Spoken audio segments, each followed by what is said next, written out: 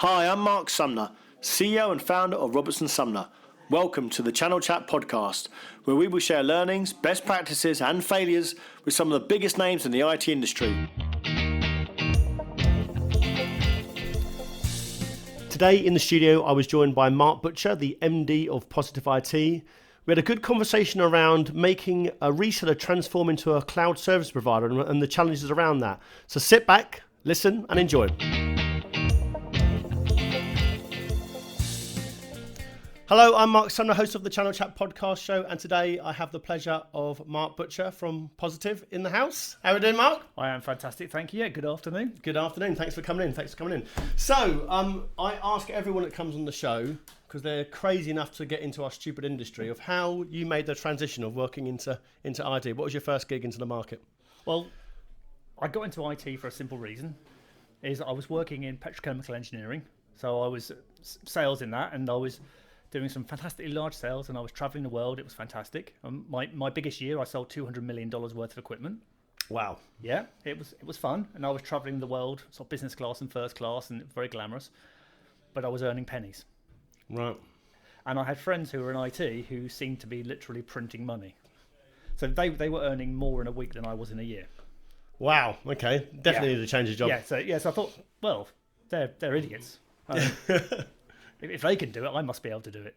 So I kind of abandoned what I was doing in engineering with my mechanical engineering background. I thought, I'll go into IT. How hard can it be? Yeah. Do you think a lot of people come into and I'm sorry, digressing straight away, but do you think a lot of people come into IT with the lure of big money and big ideas? Because a lot of people see, we see a lot of youngsters come into the market think, oh, I'm going to earn 100,000, 150,000 straight away. They haven't even sold nothing before. So do you think? Yeah, absolutely. Yes, there is a perception that it's very, very easy. Yeah. And obviously the truth is very, very different. Yeah. Yeah, and it happens all the time. We're getting people all the time come into and say, "Oh, yeah, well, I want X, Y, Z straight away." And it's like, it's not as easy as that. You've actually got, you've actually got to do some work and actually earn some money. But the perception definitely is that IT is where the money is, isn't it? Yeah, and if you get it right, it can be. Yeah, absolutely. Definitely. And that was when. So I joined a company, MTI Technology, back in sort of '99. Yeah. And had my indoctrination into the world of IT, and it was interesting. Yeah. So one of the things I'll always say is, and I'm not shy about this, I've made a lot of mistakes over the course of my career, but the important thing is I've learned from them. One of the things I probably haven't learned is when not to say stupid things. But in my career at MTI, and they were kind of a good company. They were a manufacturer before they became sort of a reseller of technology, and that was a period where they were still manufacturing their own storage hardware. And in my first day in the company, I made the biggest mistake of insulting someone who was very close to the sales director. Yeah, not a good move. Yeah, and it was totally accidental. I just made the mistake of taking the mickey out of them slightly in a sales meeting, not realising that I picked on a subject area they were very sensitive about. And that meant my car was effectively marked from day one in the organisation. It was just a question of when I was going to get my head cut off. But what it taught me was, because I was effectively on my own, cold calling with nothing, no support, no nothing, having to generate everything myself, and almost also going to the meetings with very little support as well. So it taught me to be very resilient and very self-sufficient. And I think my kind of engineering background made that I was kind of comfortable with the idea of doing that. It wasn't alien to me. But doing it itself was very, very hard. So I put up with the wonderful fun and games for about a year and realised that this isn't for me. And took the then mad decision that, just post Y2K, when everyone had just stopped spending, perfect move, to go and join a startup reseller. Yeah, that was a good move, wasn't it? That was real smart move there. I've made a whole series in my career of genius decisions at times, and walking into this brand new reseller, which didn't really even know what it was going to be doing or where it was going to be focused, and there were sort of 4 or 5 of us, and effectively we're in a room in Cannon Street in London with a bunch of phones, and Yeah, what are we going to do? What are we going to do? Yeah. Well, let's start by picking the phone up, shall we? But it turned into probably one of the most fun times in my career. So I was there for sort of 7 years. And we kind of went from we don't know what we're doing to becoming an exceptionally specialist storage integrator, backup integrator, at that time when there were a few of them, but there weren't as many. And those were the days when actually a lot of the resellers in the market, there was a huge swathe of 20 to 50 million pound style resellers. There wasn't the preponderance of the $1 billion ones then, obviously. And it meant that we were working with some fantastically large customers. The ones that we had no right really to be working with, and kind of me and my colleagues, we opened up. It was customers like people like Cornhill Insurance, Churchill Insurance, Aon, GlaxoSmithKline, Pfizer, Orange, Accenture. Some brilliant brand names and brilliant sized organisations where we're getting.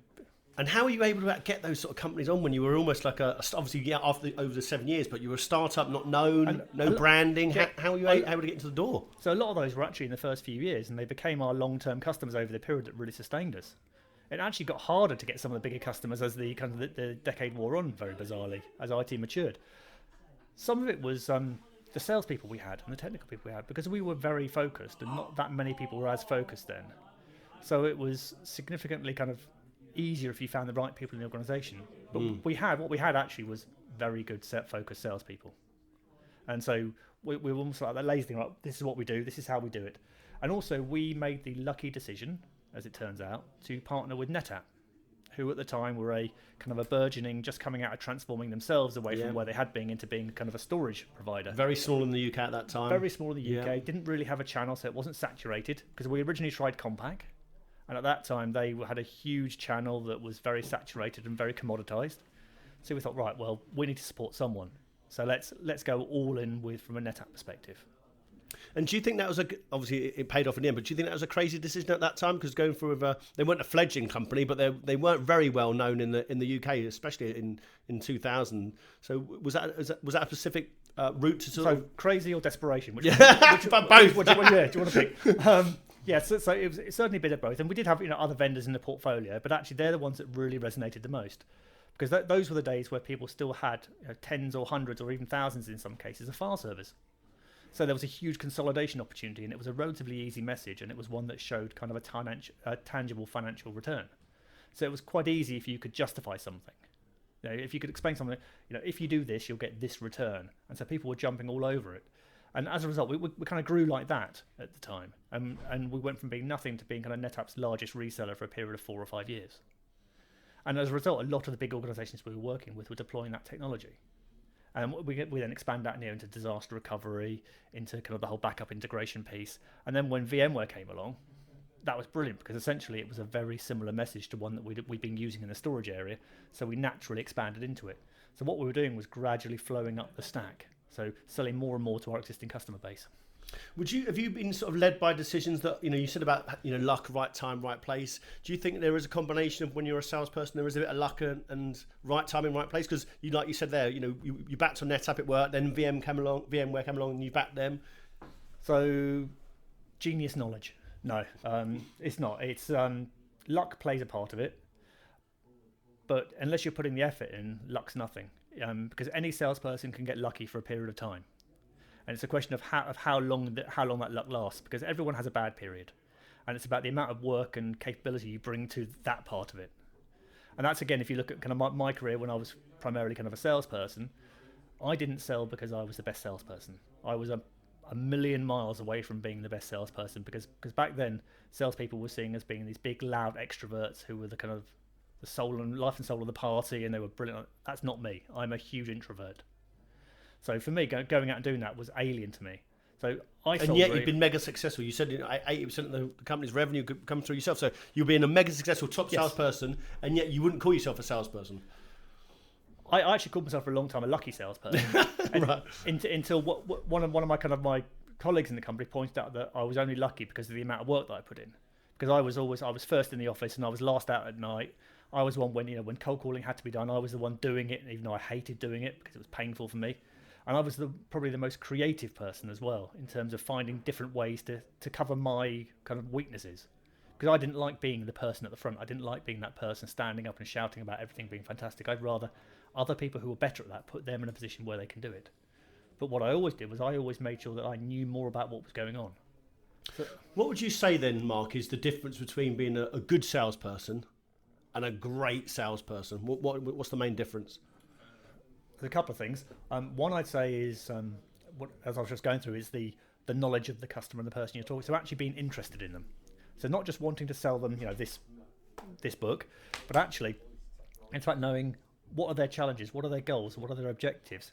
Even in some cases, how are they paid, how are they bonus, what's on their agenda for this year. Understanding the direction of their business and where they're trying to get to, so that you're not selling them a thing, you're helping them solve a specific problem. And that's absolutely critical. But the other thing also is the being exceptionally harsh at qualifying. So don't be scared to qualify out, because too many salespeople, they have a pipeline that's full of utter and complete rubbish.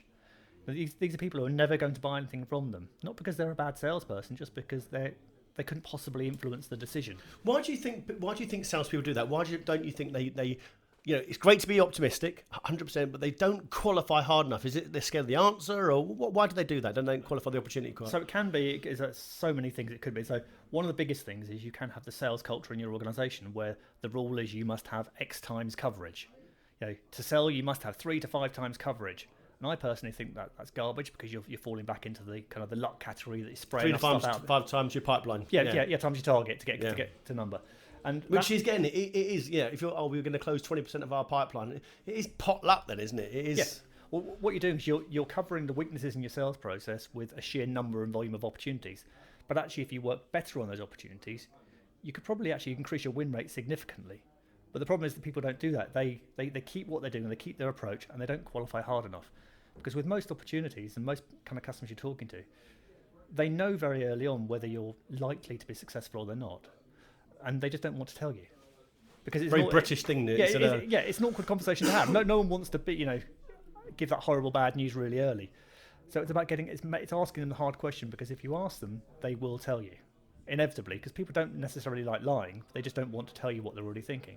Yeah. So I was always a big believer in getting the bad news out of the way really early, so then I had time to either then work better and resolve whatever concern they had, or just go, you know what, it's been fantastic, but I agree, we're not right for you, you're not right for us. Yeah. We'll be in touch, thank you. And people respect you a lot more for that as well, because you're not wasting their time. Yeah. What's your opinion, Mark, on forecasting? I get a lot of people coming here, and salespeople put up their forecast, and I have it in my own company, put up their forecast. 80% of it is gibberish. They're literally putting half deals or 20% deals. This might happen, that might happen. But yet salespeople and sales managers accept it, and they roll that number up to their boss. Why does that happen in organisations? It's a cultural thing, because people want to believe. And it's a real weakness in most organisations from a sales process and a sales methodology. It just doesn't functionally work. You're going back to luck, because what you're not doing is you're not working out in those 20 or 50 deals which are actually the real ones, which are the ones actually we can influence and we can drive. Which are the ones that actually, if we focus more time, could shape for this quarter or next? Which are the ones actually which are just complete dross, and let's give them back to marketing and move on? And too many people, they roll it up from the salesperson with made up figures to a sales manager who then makes up some more figures, to a sales director who then looks at everything coming across and then says, actually, well, let's ignore half of that, and I'm going to reduce that one by half, and I'm going to put a bit extra over here because I'm sure it will come in. So what you're dealing with is everything is made up. There is no science behind it. And I've worked with people who then say, oh, well, no, my experience shows that we always know if we're showing £1 million for this point in the quarter, we're definitely going to close 800 because that's my experience. And that's true, but that is their experience. But it doesn't mean you're actually influencing anything. Yeah. You're totally then reliant upon the luck of things happening. And then you'll always have an excuse for why it doesn't. Yeah. Do you think, and you mentioned about their influence, and do you think it's the sales managers and the sales directors' job is to influence those deals, or should they not be getting involved in those deals if the salesperson's good? What's your experience of that? So if the salesperson's good, they don't necessarily need to be interfering in the minutiae of the deals, because there has to be an element of trust. But what they should be doing is making sure that they have a relationship with the customer. Because too often you get the salesperson becomes the king in the relationship or the queen in the relationship, and they're controlling the relationship totally.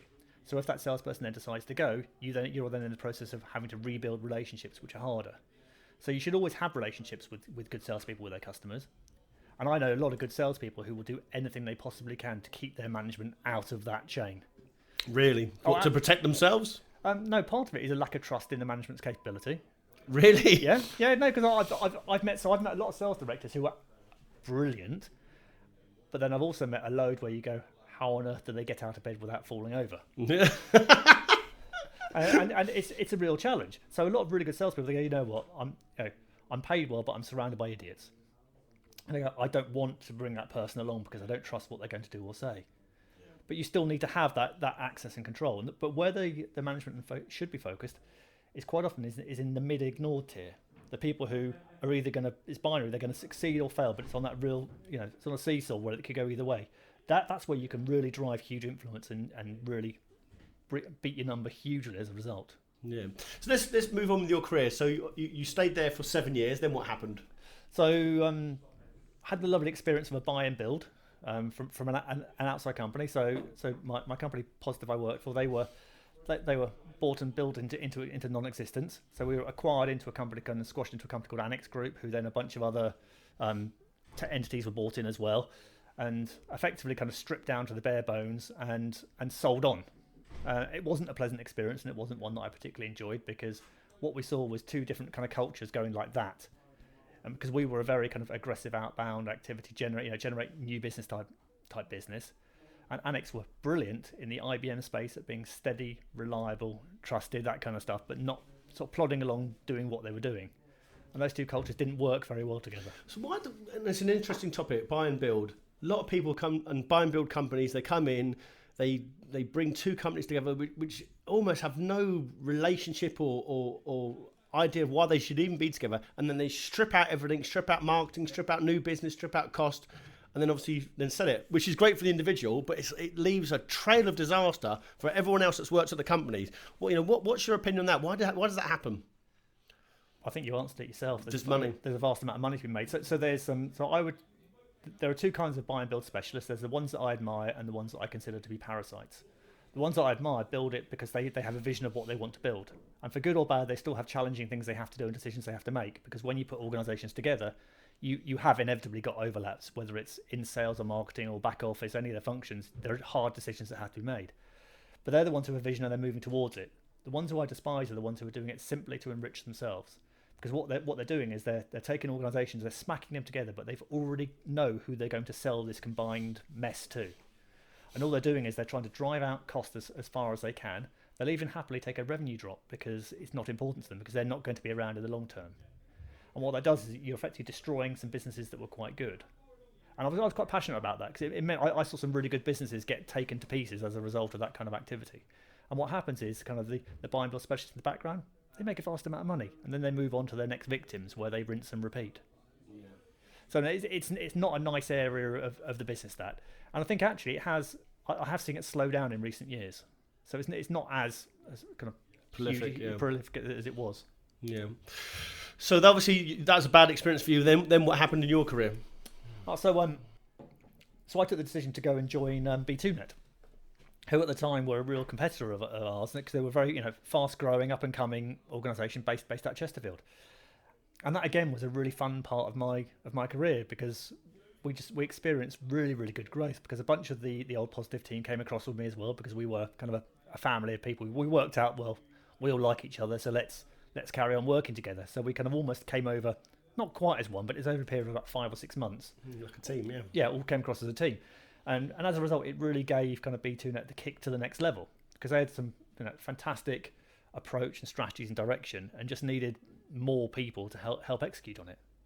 And that was a really good experience, because we went from being sort of a reseller into a proper integrator, into becoming a managed service provider in the era of selling kind of infrastructure as a service before the likes of Amazon and Microsoft came along with Azure and AWS. Yeah.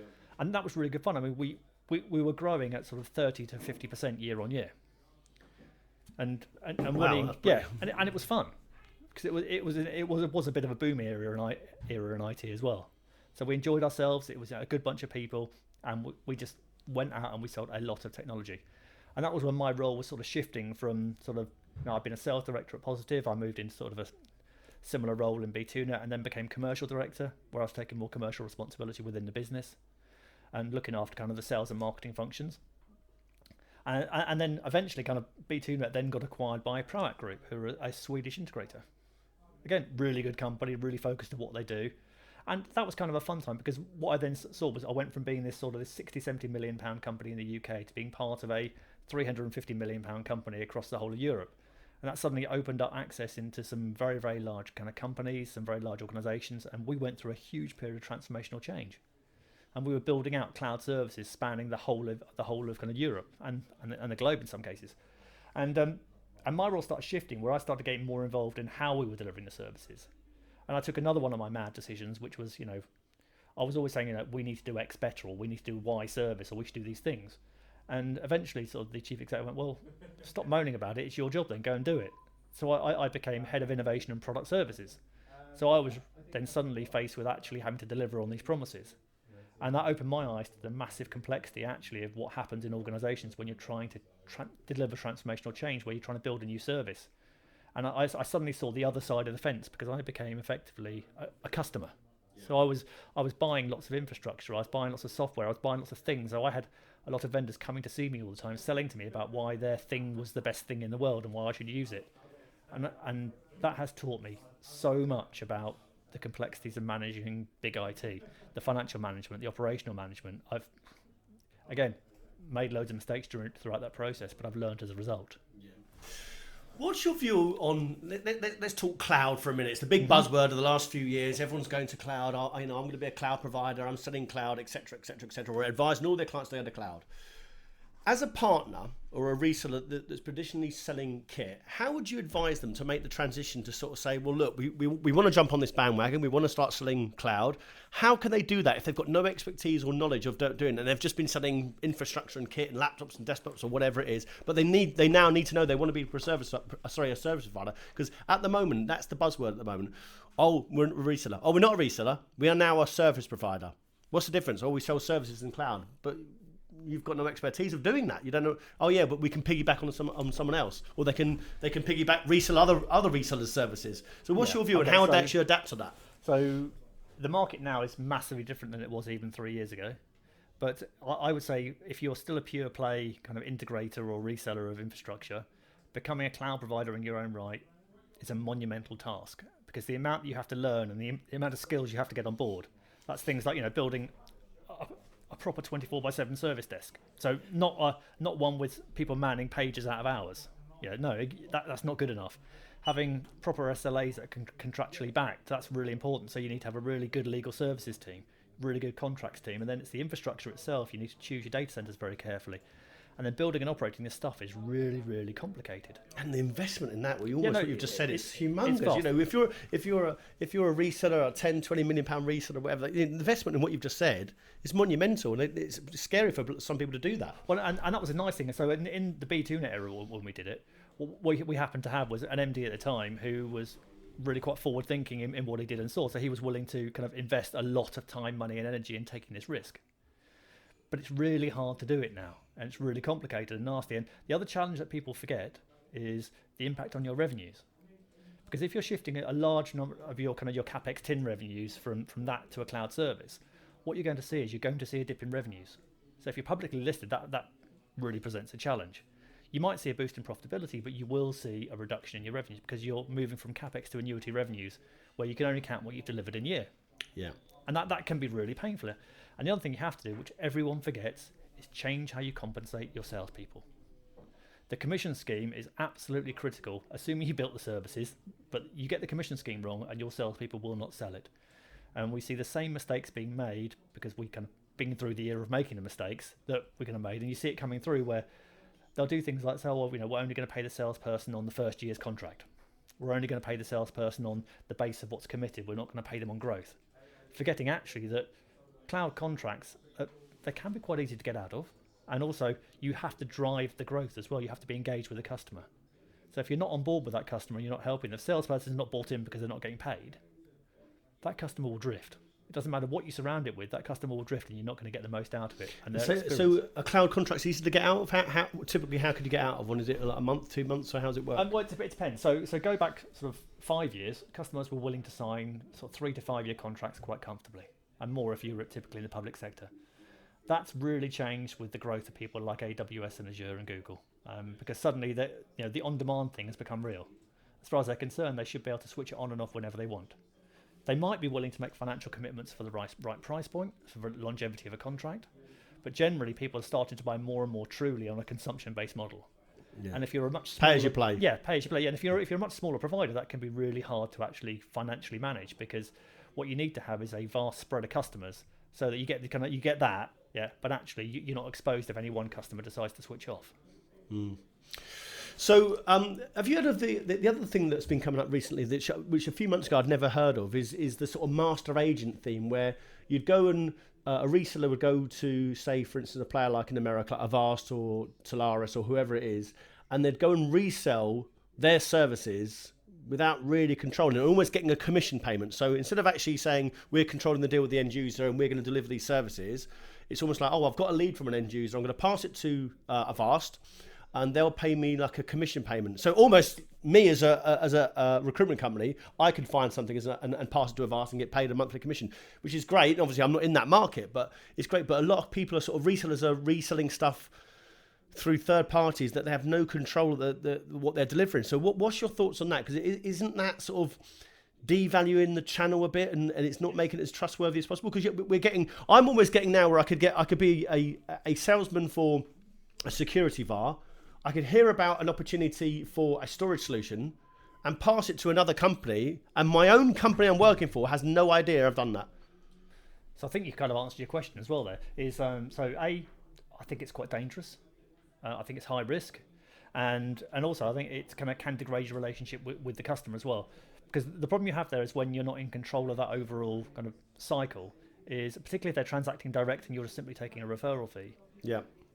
You're no longer important to that. You're no longer involved in that. And the more that happens, suddenly all you're becoming is effectively a referral engine. And that means you're very easily replaced. You're like a lead gen function, aren't you? Yeah, that's not a high value place to be. Effectively, you're a telephone directory of relationships. And that, if that's what you want to do, great, but I don't believe that's a sustainable model. And part of that will be, as time goes on, you'll see the referral fees drop and drop and drop as the organisations grow and success grows. Yeah. So no, I'm so not your value to the market, even if you've got, you're an influencer and you've got loads of contacts, your value will drop market because the third party company will be more relevant and more experienced to go direct, or could cut you out anyway. Yeah, absolutely. And also, if it's not your focus area, I think it also can damage your relationship with the customers as well. Because a lot of people, what's working now is people have got this like laser-like focus on we do this thing really well. We're not everything, but that's what we do. And I appreciate there are generalists out there who do that on a broader spectrum, but generally the ones who are doing really well are these people who go, right, we're good at this thing. By suddenly going, I'm a security person, but I've got these people here. They do a bit of networking, get them in, they're great, and just take it. That's not good. It can pose challenges in the future. But salespeople will normally take the least path to resistance, and if there's an opportunity to make more money, even if it's bordering moonlighting, which I almost sort of see it as doing that, they will do it though, because this is happening in the UK at the moment. There's people working in resellers out there who are doing deals via third party companies that they've got no control of. Yeah, and so that cat's been out of the bag for a long time, and I don't see any way of really actually ever stopping it in totality. Right. What I do see happening though is organisations putting in more complicated terms and conditions with their employees that prohibit doing it. So I think you contractually, will, contractually means you'll be fired if you're caught doing it. Right. It won't stop them doing it until the first person they see in their team getting caught and effectively fired as a result of it. But it's going to happen. Guys, you've heard it here. If you're gonna, it might be coming soon, but the contracts will be coming out in place. So yeah, be warned already. So after you did the innovation piece, you took the crazy decision, or the brave decision, crazy decision to start your own business. So how did that come about, Mark? Why did you do that? So I've been at kind of Private for just coming at 12 years. And again, I've tended to be at places for a long time in my career. I've always stuck things out. And I'd got to a point where I felt I hadn't taken enough risks in my career. I'd been approached many, many times to do things, and I'd always said no. And it was because I always made excuses. It was always the wrong time. So my kids, they were too young. They were just going into school. They were just going to be going into secondary school. It was, the weather was too hot, too cold, too wet, too dry. There was always really good excuses why I didn't do it. And I saw friends in the industry doing this and having enormous amounts of fun and doing exceptionally well for themselves. And my kids got to the age, where they're kind of 18 and 20 now, where I thought, well, actually, I've run out of excuses. And I'm also lucky to have a massively supportive wife as well, who didn't say no when I told her what I was planning on doing. So she said, she supported me for good and bad, because she quite rightly said that I'm sure you can go and get a job somewhere else if it doesn't work. And I'd much rather you didn't look back in 10, 15, 20 years and always resent the fact that you didn't take the chance, you didn't roll the dice. Because it is, it is hard starting something. It's not easy, particularly in the markets that we're operating in. But I'd always wanted to do something different where I was effectively fully accountable and responsible. And clearly, when you actually start doing it, you realise the implication of being fully accountable and responsible, and you realise, I'd much rather have someone else. Spend someone else's money. Someone else's money is much better. What bit of advice would you give to someone who's in a similar position to you, whether they've been made redundant or they've always had a burning itch to start, or it's been not the right time with the children or moving or whatever it is? What would be your bit of advice to someone if they wanted to start their own business and they were on the brink of thinking about it?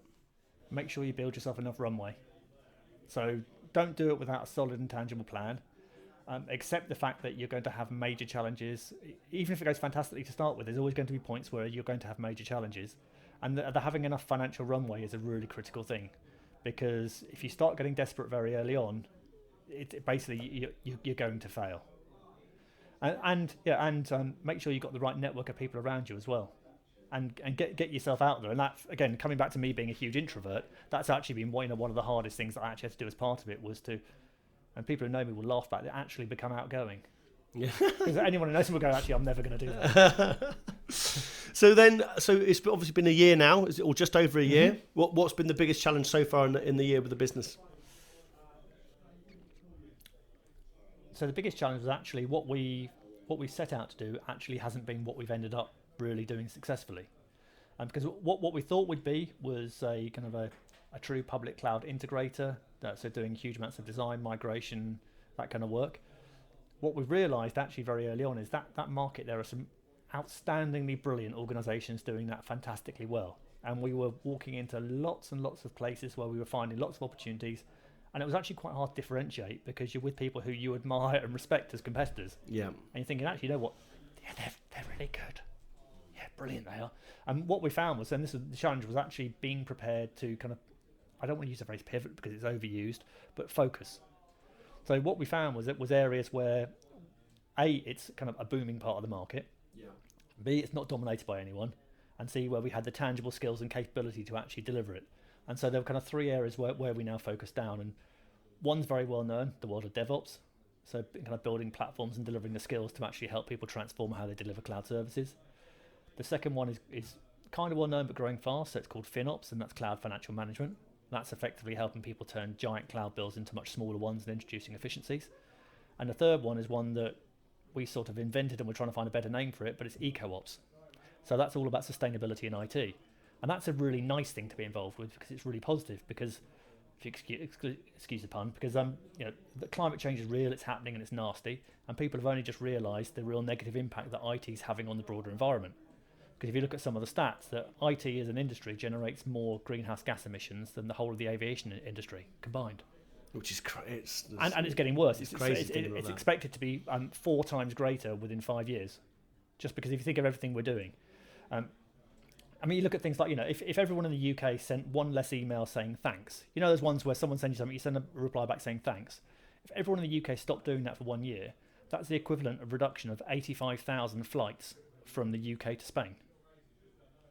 A simple thing like that, those simple cultural changes as an organisation. So we have to change how we think and operate. And that's what we're doing with sustainability, is taking the principles of kind of good financial management and applying them to sustainability to help people understand where can they make demonstrable changes to how they deliver and consume IT services. Everything from kind of their applications through to their code, through to their platforms, throughout the back end, to actually how do they actually manage their entire supply chain. Because without being rude, a lot of companies aren't thinking about that, are they? They're not sort of, that might, especially the smallest, that might not be on their radar. So how are you educating them to sort of like bring it up with them? So it's finding the right people in the organisation who care. The nice thing is, and this has been a change in kind of conversations, is the people who seem to care the most are at the very senior levels of the organisation in terms of the ability to drive the change. Yeah. And then we're also finding vast amounts of people within the organisation, particularly the newer generation people coming through, who fundamentally care but feel they're not being listened to. Right. Okay. And what we're trying to do is to join those two things together. And it's nice to have this, talking to CEOs about it, because some of them, if I'm being brutally frank, it's because they're being driven by shareholder need. So they're being told they have to become more sustainable, and they're doing it because it affects their bonus packages. Right. Others are doing it because actually they fundamentally care about the impact their organisation has on society. It's more genuine. Yeah, it's more genuine. So, and it's nice working with those kind of people, because you can really then make a change as part of it. And these aren't small pieces of work. They're big, complicated and nasty, and the calculations aren't easy. So we've learned a lot very quickly. Okay, great. And my last question for you, Marc, is, obviously you've worked in the industry a long, long time. If you were going to give a bit of advice to either a salesman like yourself, when you started out, or a sales leader or a sales and marketing leader who wanted to make a name for themselves in the industry, in the IT channel, what would be the bit of advice you'd want to give them? So for a salesperson, I'd have to say it's real simple things like don't try to be a salesperson. Whatever you think that is, don't try and be it. What you have to be is someone who implicitly understands what the customer's wanting to do. So if you're not willing to spend the time understanding their business, their goals and directions, you're always going to be non-strategic fulfillment type partner to them. And what I mean by that is you're easily replaceable by the next person who comes along.